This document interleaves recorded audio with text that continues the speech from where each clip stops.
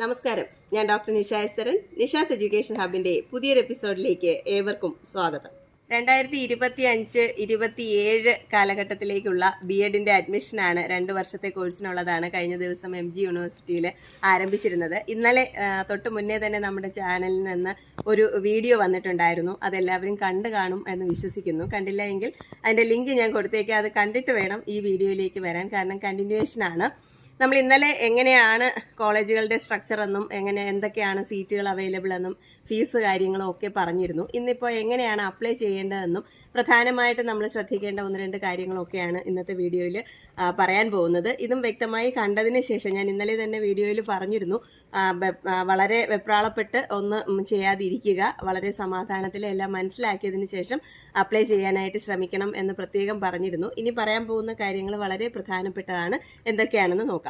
Central allotment process അഥവാ cap ആണ് MG യൂണിവേഴ്സിറ്റിയുടെ നമ്മുടെ അഡ്മിഷന്റെ പോർട്ടൽ എന്ന് പറയുന്നത്. അത് ഓപ്പൺ ചെയ്യുമ്പോൾ തന്നെ നമുക്ക് ആദ്യം കാണുന്നത് അതിൻ്റെ ലെഫ്റ്റ് സൈഡിൽ ഇങ്ങനെ കൃത്യമായിട്ട് അഡ്മിഷൻ സ്റ്റാർട്ട് ചെയ്തു എന്നുള്ളതും അതിനോടൊപ്പം തന്നെ ഒരു മലയാളത്തിലുള്ള ഒരു റൈറ്റിംഗ് കൂടി പോകുന്നുണ്ട്. അത് ശ്രദ്ധിച്ചിട്ടുണ്ടായിരിക്കും. വളരെ കഷ്ടപ്പെട്ട് മാത്രം നമുക്ക് വായിച്ചെടുക്കാൻ പറ്റുന്ന ഒരു കാര്യമാണ്. അതിൽ പറഞ്ഞേക്കുന്നത് നമ്മൾ മാർക്ക് സെക്യൂർഡ്, ഇപ്പോൾ MG, കേരള, കണ്ണൂർ ഇങ്ങനെയുള്ള അതിൽ ഉൾപ്പെടാത്ത, അതായത് ഇപ്പോൾ കാലിക്കറ്റ് യൂണിവേഴ്സിറ്റിയാണ് ബാക്കി പിന്നെ കേരളത്തിനകത്ത് BEd ഉള്ളത്. അത് കഴിഞ്ഞു കഴിഞ്ഞാൽ പിന്നെ കേരളത്തിന് പുറത്തുള്ള കോളേജുകളിൽ നിന്നുള്ളതാണ്. അപ്പോൾ കേരളത്തിന് പുറത്തും കാലിക്കറ്റ് യൂണിവേഴ്സിറ്റിയിലും ഒക്കെ പഠിച്ചവരാണ് അപ്ലൈ ചെയ്യുന്നതെങ്കിൽ അവർ മാർക്ക് സെക്യൂർഡ് എന്നുള്ള കോളത്തിനകത്ത് ഗ്രേഡ് പോയിന്റിന്റെ പെർസെൻറ്റേജ് ഇക്വലൻസ് ആണ് എഴുതേണ്ടത്.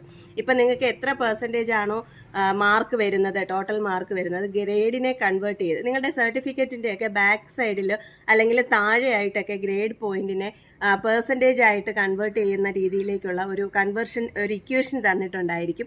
കഴിഞ്ഞ വർഷങ്ങളിലൊക്കെ വന്ന വീഡിയോയിൽ ഒന്നുകൂടെ ഒന്ന് റിവൈൻഡ് ചെയ്ത് നോക്കിയാൽ അറിയാം. MG യൂണിവേഴ്സിറ്റിയുടെ ഇതുപോലുള്ള സംശയങ്ങൾ മാറ്റിക്കൊണ്ടുള്ള വീഡിയോകളിൽ വളരെ വ്യക്തമായിട്ട് ആ സർട്ടിഫിക്കറ്റ് കൂടി ഞാൻ ഇൻക്ലൂഡ് ചെയ്തിട്ടുണ്ടായിരുന്നു.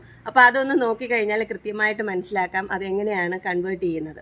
ഇല്ലെങ്കിൽ തന്നെ നിങ്ങൾക്ക് മാർക്ക് കിട്ടിയ ഓരോ പേപ്പറിനും കിട്ടിയ മാർക്ക് ഡിജിറ്റ് ഉണ്ടായിരിക്കുമല്ലോ, അതിനെ 100 വെച്ചിട്ട് കാൽക്കുലേറ്റ് ചെയ്താൽ ആ ഓരോന്നിൻ്റെയും പെർസെൻറ്റേജ് കിട്ടും. അങ്ങനെ എത്ര 100കൾ വരുന്നു എന്നുള്ളത് നോക്കിയിട്ട് നമുക്ക് അതിൻ്റെ ടോട്ടലും അതുപോലെ തന്നെ നിങ്ങൾക്ക് സെക്യൂർ ചെയ്ത മാർക്കിൻ്റെ ടോട്ടലും കൂടെ പെർസെൻറ്റേജ് കാൽക്കുലേറ്റ് ചെയ്തും എടുക്കാനായിട്ട് സാധിക്കും.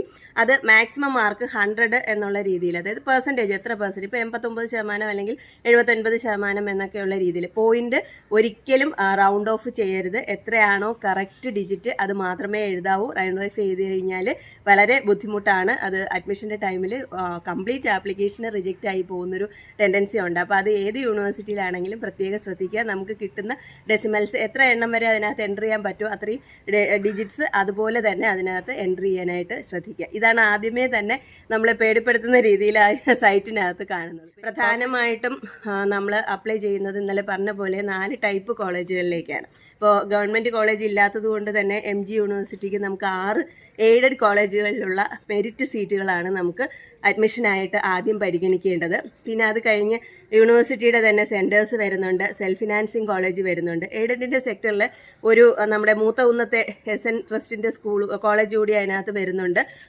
അത് കമ്മ്യൂണിറ്റി ബേസ്ഡ് കോളേജ് ആയതുകൊണ്ട് പ്രത്യേകിച്ച് ഒരു സെക്ഷനിലാണ് ആ കോളേജുകളുടെ ലിസ്റ്റിനകത്ത് കാണുന്നത്. അങ്ങനെ 7 കോളേജുകൾ നമുക്ക് എയ്ഡഡിനകത്ത് വരുന്നുണ്ട്. അവിടെയും നമുക്ക് മെറിറ്റ് സീറ്റ് അവൈലബിൾ ആണ്. അതായത് യൂണിവേഴ്സിറ്റിയുടെ വളരെ കുറച്ച്, ഞാൻ ഇന്നലെ പറഞ്ഞതുപോലെ 5000 രൂപയ്ക്ക് അടുപ്പിച്ച് മാത്രം ഫീസ് ആവുന്ന മെറിറ്റ് സീറ്റുകളുണ്ട്. ഇതുകൂടാതെ അതേ കോളേജുകളിൽ തന്നെ മാനേജ്മെൻറ്റ് സീറ്റും ഉണ്ട്. മാനേജ്മെൻറ്റ് സീറ്റിന് വേറെ ഫീസ് വരുന്നുണ്ട്. പിന്നെ അതുകൂടാതെ സെൽഫ് ഫിനാൻസിങ് കോളേജുകളും യൂണിവേഴ്സിറ്റിയുടെ സെൻറ്റേഴ്സുമാണ്. സെൽഫ് ഫിനാൻസിങ് കോളേജുകളിലേക്കും യൂണിവേഴ്സിറ്റി സെൻറ്റേഴ്സിലും ഒക്കെ തന്നെ നമ്മുടെ സെൽഫ് ഫിനാൻസിങ്ങിൻ്റെ ഫീസാണ്. യൂണിവേഴ്സിറ്റിയുടെ സെൻറ്ററുകളാണെന്ന് 12 എണ്ണം ഉണ്ട് ആണെന്ന് കരുതി അവിടെ ഗവൺമെൻറ് ഫീസാണെന്ന് തെറ്റിദ്ധരിക്കരുത്. അവിടെ നമുക്ക് സെൽഫ് ഫിനാൻസിങ്ങിൻ്റെ 45,000 രൂപ ജനറൽ നമ്മുടെ ലിസ്റ്റിൽ വരികയാണെങ്കിൽ, അതായത് ജനറൽ ലിസ്റ്റിൽ വരികയാണെങ്കിൽ 45,000 രൂപയും, അല്ല അവിടുത്തെ മാനേജ്മെൻറ്റ് കോട്ടയിലേക്കാണ് നമ്മൾ പരിഗണിക്കപ്പെടുന്നതെങ്കിൽ 60,000 രൂപയും പെർ ഇയർ. ഇന്നലെ ആരോ സംശയം ചോദിച്ചിരുന്നു ഇത് സെമസ്റ്ററിനാണോ എന്ന്. 4 സെമസ്റ്റർ ആണെങ്കിലും പെർ ഇയർ ആണ് നമ്മൾ ഫീസ് പറയുന്നത്. ഒരു വർഷത്തേക്കാണ് 60,000 രൂപ ഫീസ് കൊടുത്ത് നമ്മൾ പഠിക്കേണ്ടി വരുന്നത്. ഇനി പ്രധാനപ്പെട്ട ഒരു സംശയം ഇന്നലെ പറയാൻ വിട്ടുപോയതാണ്, ഏറ്റവും അത്യാവശ്യപ്പെട്ടതായിരുന്നു അത്. ഏജ് ലിമിറ്റ് ഇല്ല, പ്രത്യേകിച്ച് ഓർത്തോളുക. BEd കോഴ്സ് എത്ര പ്രായമുള്ളവർക്കും വേണമെങ്കിലും ചെയ്യാം. പക്ഷേ ഫിസിക്കലി ആൻഡ് മെൻ്റലി ഫിറ്റ് ആയിരിക്കണം എന്നുള്ളത് പ്രധാനമാണ്. പക്ഷേ സ്പോർട്സ് കോട്ടയുടെ അഡ്മിഷൻ്റെ ആ ഒരു വെയിറ്റേജ് വരുമ്പോൾ സ്പോർട്സ് കോട്ടയ്ക്ക് എൻ്റർ ചെയ്യുന്നവർക്ക് ഏജ് ലിമിറ്റ് 25 പ്രത്യേകം പറഞ്ഞിട്ടുണ്ട്. ഇല്ല, അങ്ങനെ സ്പോർട്സിൻ്റെ വെയിറ്റേജ് വേണ്ട, നിങ്ങൾ നോർമലി അപ്ലൈ ചെയ്യുകയാണെങ്കിൽ നിങ്ങൾക്ക് എത്ര പ്രായം ഉണ്ടെങ്കിലും അപ്ലൈ ചെയ്യാവുന്നതാണ്. ഇനി അടുത്ത് ലാസ്റ്റ് ഡേറ്റിൻ്റെ സബ്മിഷൻ എന്നാണോ അതിനുള്ളിലാണ് നമ്മൾ കോഴ്സുകളെല്ലാം തന്നെ അല്ലെങ്കിൽ ക്വാളിഫിക്കേഷനുകളെല്ലാം തന്നെ അക്വയർ ചെയ്യേണ്ടത് എന്ന് പ്രത്യേകം പറഞ്ഞിട്ടുണ്ട്. അത് കഴിഞ്ഞ് വരുന്ന ഒന്നും തന്നെ അവർ പരിഗണിക്കില്ല എന്ന് പറഞ്ഞിട്ടുണ്ട്. അതുപോലെ തന്നെ MG യൂണിവേഴ്സിറ്റിയിൽ നമുക്ക് എല്ലാ ഡീറ്റെയിൽസും അപ്ലോഡ് ചെയ്യേണ്ടതായിട്ടുണ്ട്. കോഴ്സ് സർട്ടിഫിക്കറ്റുകളും അതുപോലെ നമ്മുടെ റിസർവേഷൻ്റെ സർട്ടിഫിക്കറ്റുകൾ, അതായത് ജാതി, വരുമാനം അങ്ങനെയൊക്കെ ഉള്ള റിസർവേഷനുകൾ ഉണ്ടെങ്കിൽ അതൊക്കെ തന്നെ നമ്മൾ അപ്ലോഡ് ചെയ്യണം. അപ്പോൾ ഈ സർട്ടിഫിക്കറ്റുകൾക്കൊക്കെ ആവശ്യമുള്ളവർ അതെല്ലാം വാങ്ങിയതിന് ശേഷം വേണം അപ്ലൈ ചെയ്ത് തുടങ്ങാനായിട്ട്. മിനിമം നമുക്ക് 50% ജനറൽ കാറ്റഗറിക്ക് മാർക്ക് വേണ്ടത് അപ്ലൈ ചെയ്യാനായിട്ട്. ഇതിൽ SCBC കാറ്റഗറിയിൽ വരുന്നവർക്ക് 3% ഇളവ് വരുന്നുണ്ട്. അപ്പോൾ 47% ഉള്ളവർക്കാണെങ്കിൽ പോലും SCBC കാറ്റഗറിക്കാർക്ക്, അതായത് OBC വരുന്നവർക്ക് അപ്ലൈ ചെയ്യാനായിട്ട് സാധിക്കും. ഇനി OEC എന്ന് പറയുന്ന അതർ എലിജിബിൾ കാൻഡിഡേറ്റ്സ് അല്ലെങ്കിൽ കാറ്റഗറി എന്ന് പറയുന്നവർക്ക് OECക്കാർക്ക് 5% ഇളവ് വരുന്നുണ്ട്. അതുപോലെ പേഴ്സൺസ് വിത്ത് ഡിസബിലിറ്റി അല്ലെങ്കിൽ PD എന്ന് പറഞ്ഞൊരു കാറ്റഗറി അതിനകത്തുണ്ട്. ഡിസബിലിറ്റി ഉള്ളവർക്ക് 5% ഉണ്ട്. SC/ST-കാർക്ക് പാസ് മാർക്ക് മതി BEഡിന് അപ്ലൈ ചെയ്യാനായിട്ട് സാധിക്കും. ഇനി വളരെ പ്രധാനപ്പെട്ട ഒരു കാര്യം, എപ്പോഴും ചാനലിലൊക്കെ പലരും കമൻറ്റ് ചെയ്യുന്നതാണ്, BSc കമ്പ്യൂട്ടർ സയൻസ് ഒക്കെ പഠിച്ചവർക്ക് അപ്ലൈ ചെയ്യാൻ പറ്റുമോ എന്നുള്ളത്. MG യൂണിവേഴ്സിറ്റിയിൽ മാത്രമാണ് വർഷങ്ങൾക്ക് മുന്നേ തന്നെയും കമ്പ്യൂട്ടർ സയൻസ് പഠിച്ചവർക്ക് അല്ലെങ്കിൽ BSc കമ്പ്യൂട്ടർ സയൻസുകാർക്ക് അപ്ലൈ ചെയ്യാനായിട്ട്, അല്ലെങ്കിൽ കമ്പ്യൂട്ടർ സയൻസ് എന്ന് പറഞ്ഞ് തന്നെ ഒരു ഓപ്ഷൻ അവർക്കുണ്ടായിരുന്നു, ഓപ്ഷണൽ സബ്ജക്റ്റ് അവർക്കുണ്ടായിരുന്നു. പക്ഷേ അതിപ്പോൾ കുറച്ച് കാലമായിട്ട് നിർത്തിയേക്കുകയാണ്. എങ്കിലും ഇപ്പോൾ വന്ന നോട്ടിഫിക്കേഷനിൽ കഴിഞ്ഞ തവണത്തെ പോലെ തന്നെ പറഞ്ഞിട്ടുണ്ട്, ഫിസിക്കൽ സയൻസിനും അതുപോലെ മാത്തമാറ്റിക്സിനും BSc കമ്പ്യൂട്ടർ സയൻസ് പഠിച്ചവർക്ക് അവിടെയും ശ്രദ്ധിക്കുക, BCAക്കാരെ ഒഴിവാക്കിയിട്ടുണ്ട്. അങ്ങനെ ഒരു സബ്ജക്റ്റ് പറഞ്ഞിട്ടില്ല. അതുപോലെ അതിൽ ഗ്രാജുവേഷൻ ഓപ്പറേഷണൽ റിസർച്ച് എന്ന് പറയുന്നത് PG ഉണ്ടെങ്കിലും നമുക്ക് ചെയ്യാനായിട്ട് സാധിക്കും. മാത്സിന് കമ്പ്യൂട്ടർ സയൻസ് BScക്കാർക്ക് അപ്ലൈ ചെയ്യാം. പിന്നെ ഫിസിക്കൽ സയൻസിൽ പ്രധാനമായിട്ടും ശ്രദ്ധിക്കേണ്ടുന്ന ഒരു കാര്യം, ജിയോളജിക്കാരും അതുപോലെ തന്നെ BSc കമ്പ്യൂട്ടർ സയൻസുകാർക്കും അപ്ലൈ ചെയ്യാനായിട്ട് സാധിക്കുന്നുണ്ട്. ഇനി നാച്ചുറൽ സയൻസിലൂടെ ഒരു ചെറിയ വ്യത്യാസമുണ്ട്.